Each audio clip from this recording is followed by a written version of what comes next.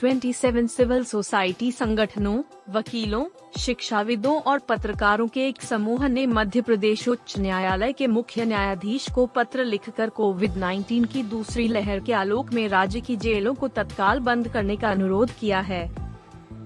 27 civil society संगठनों, वकीलों, शिक्षाविदों और पत्रकारों के एक समूह ने मध्य प्रदेश उच्च न्यायालय के मुख्य न्यायाधीश को पत्र लिखकर कोविड-19 की दूसरी लहर के आलोक में राज्य की जेलों को तत्काल बंद करने का अनुरोध किया है।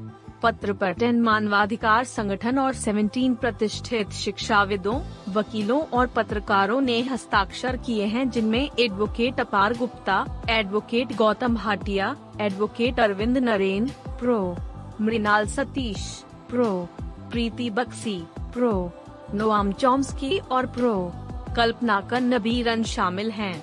वैकल्पिक कानून फोरम, ALF, अनुच्छेद 24 ट्रस्ट, राष्ट्रमंडल मानवाधिकार पहल, CHRI, आपराधिक न्याय और पुलिस जवाबदेही परियोजना, CJAP जैसे संगठन भी हस्ताक्षरकर्ताओं में शामिल हैं। Subscribe for legal update.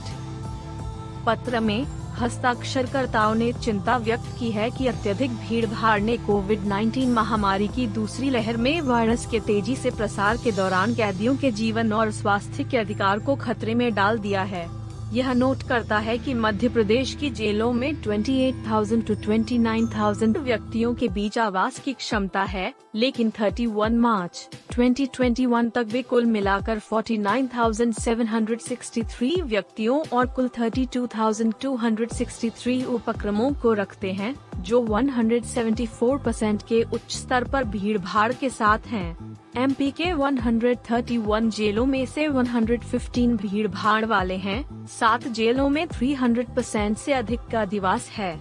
पूर्ण जेल की आबादी लगभग 2/3 है।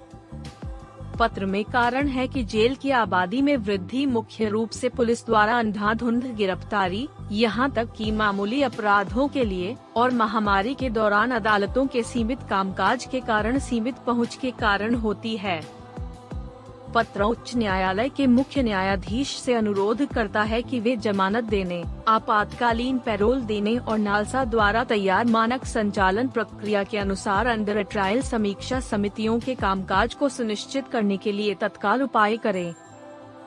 यह नोट करता है कि निम्नलिखित आरोपियों को तत्काल जमानत दी जानी चाहिए।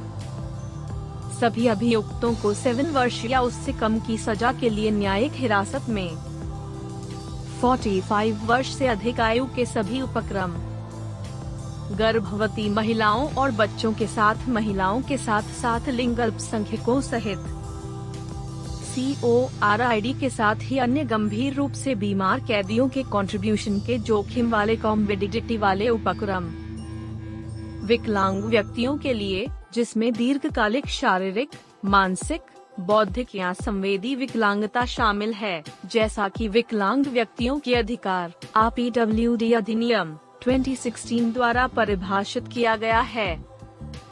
पत्र में उन दोषियों की श्रेणियों को भी सूचीबद्ध किया गया है, जिनके आपातकालीन पैरोल को बढ़ाया जाएगा, जिसमें 45 वर्ष से अधिक उम्र के सभी अपराधी, गर्भवती महिलाएं, बच्चों के साथ महिलाएं, लिंग अल्पसंख्यक, कॉमरेडिटी वाले दोषियों और संबंधित कानूनों के तहत दोषियों के साथ दोषियों को शामिल किया जाएगा।